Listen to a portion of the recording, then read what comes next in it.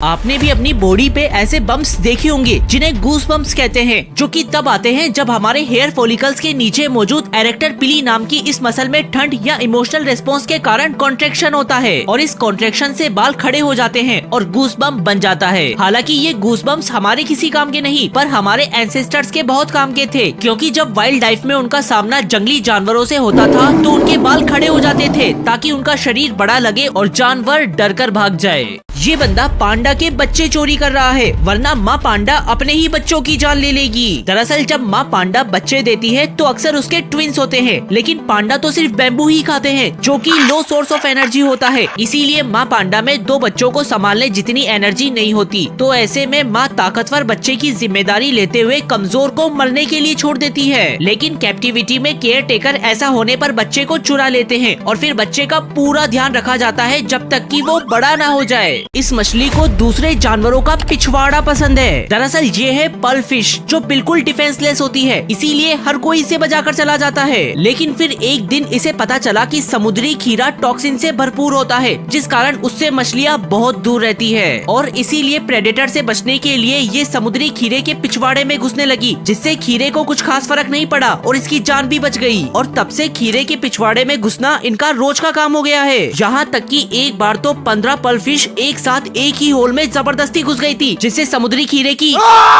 Air bag भी आपकी जान नहीं बचा पाएगा अगर ये गलती आपने की तो। दरअसल जब कभी कार का एक्सीडेंट होता है तो अक्सर लोगों को यही लगता है कि सीट बेल्ट लगा होने पर एयर बैग जान बचा लेगा, जो कि सिर्फ आधा सच है, क्योंकि हकीकत में आपकी जान पीछे बैठे आदमी के घुटनों में होती है। बिकॉज अक्सर पीछे बैठे लोग सीट बेल्ट नहीं लगाते, जिस कारण जब एक्सीडेंट होता है तो पीछे बैठे इंसान के घुटने इतने तेजी से आगे वाले से टकराते हैं कि ऑन द स्पॉट आगे वाला टपक जाता है। लेकिन जब पीछे वाला सीट बेल्ट लगाता है तो सब लोग सुरक्षित रहते हैं। इसीलिए हमेशा पीछे वाले की सीट बेल्ट का भी ध्यान रखें। कभी सोचा है कि बिल्लियाँ पानी से इतना क्यों डरती है और पानी में गिरते ही ऐसा रिएक्ट क्यों करती है मानो पानी में नहीं तेजाब में गिर गई हो। वेल, जब कैट गीली होती है तो पानी से भीगकर उनके फर भारी हो जाते हैं, जिससे उनकी मूवमेंट स्लो हो जाती है और वो दूसरे जानवरों को अपने सुपर फास्ट रिफ्लेक्स नहीं दिखा पाती। साथ ही ज्यादातर एंशिएंट कैट्स डेजर्ट वाले इलाके में रहा करती थी, जिस कारण वो ड्राई क्लाइमेट में इवॉल्व हुई और इसीलिए आज ज्यादातर कैट्स को ड्राई क्लाइमेट पसंद है और पानी से नफरत। कभी सोचा है जंगल का गुंडा हनी बैजर किसी से डरता क्यों नहीं? वेल, इसके 3 कारण है। पहला तो इसकी चमड़ी इतनी मोटी होती है कि अगर कांटेदार पोर्क्यूपाइन भी अपने कांटे इसमें घुसा दे तो भी इसे कुछ नहीं होगा।